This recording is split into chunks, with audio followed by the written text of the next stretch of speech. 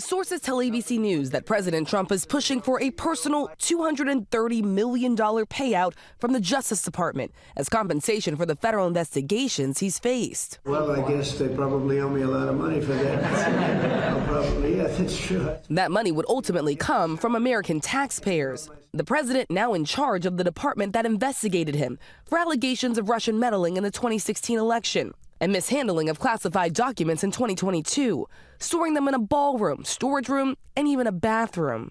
The president filed 2 claims against the DOJ when he left office, claiming his privacy rights were violated. Those investigations were approved by federal judges with no evidence of malicious prosecution.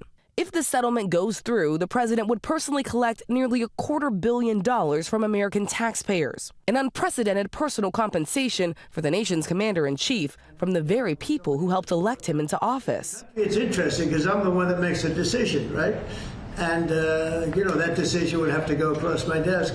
And it's awfully strange to make a decision where I'm paying myself. In other words, did you ever have one of those cases where you have to decide how much you're paying yourself in damages?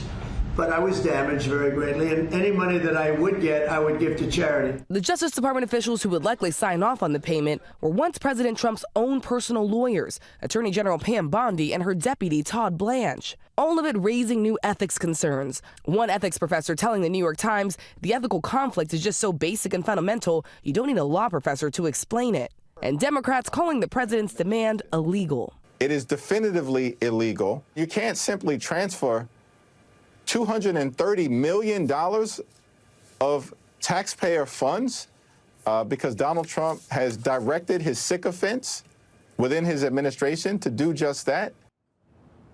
So we asked the Justice Department whether it would be a conflict of interest to have those top DOJ officials who once served as the president's own former personal attorneys sign off on a settlement like this. In a statement, they told us they will continue to follow the guidance of career ethics professionals. They declined to comment any further, Rebecca. All right, Rachel, thank you.